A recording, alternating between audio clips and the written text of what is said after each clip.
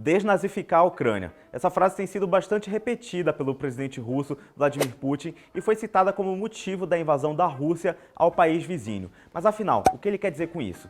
Meu nome é Eduardo Laviano, sou repórter do jornal O Liberal aqui em Belém do Pará e hoje eu vou tentar explicar um pouquinho do contexto histórico dessa frase para vocês.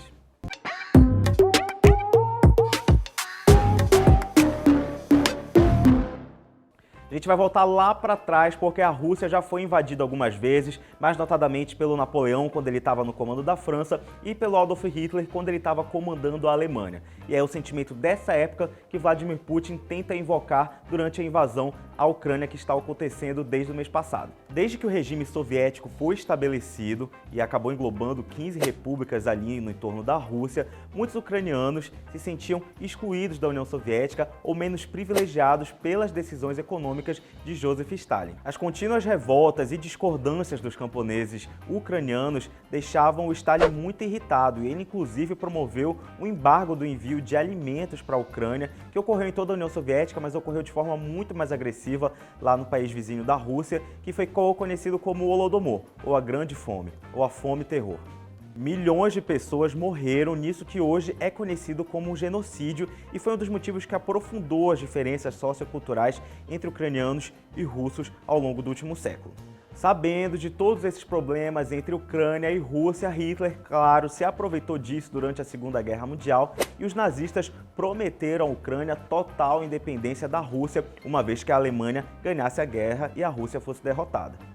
Seduzidos por essas promessas, diversos ucranianos começaram a ter aulas de combate com os nazistas, aulas de governança política e administração pública. Mais de 100 mil ucranianos se aliaram aos nazistas na Segunda Guerra Mundial para tentar derrubar os russos e, enfim, se tornarem independentes.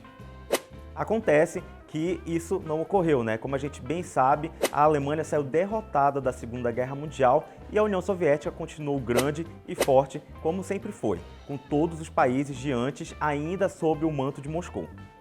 Mas a gente sabe que as páginas da história não viram de uma hora para outra e esse sentimento continuou perdurando por muito tempo e ele renasceu com tudo em 2013.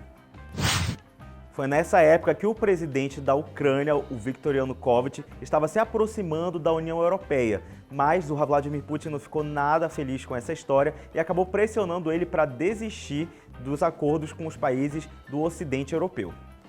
Boa parte dos ucranianos ficaram insatisfeitos com a desistência de Viktor Yanukovych de seguir os acordos com a União Europeia e tomaram as ruas de Kiev nos protestos que ficaram conhecidos como Euromaidan. Foi nessa época que alguns grupos neonazistas começaram a crescer na Ucrânia, com o apoio da extrema-direita do país.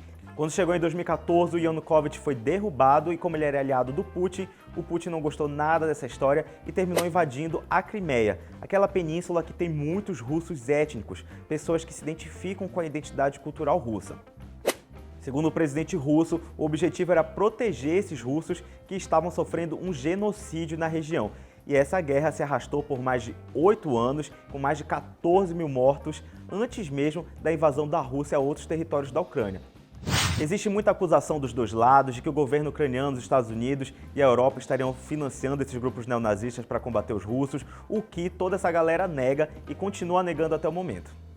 Especialistas afirmam que esse é um movimento que ocorre em toda a Europa e que a extrema-direita e grupos neonazistas têm crescido, tanto de maneira institucional quanto de maneira irregular em diversos países lá do continente.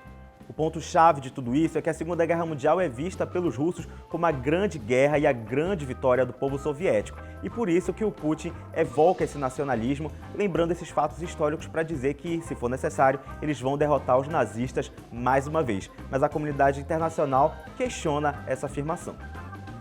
Recentemente, o presidente da Ucrânia, Volodymyr Zelensky, tem atacado de forma bastante contundente as afirmações de Putin que o acusam de nazismo, especialmente pelo fato dele próprio ser judeu e de ter vários parentes, tios, avós que sofreram com o Holocausto e combateram na Segunda Guerra Mundial contra os nazistas.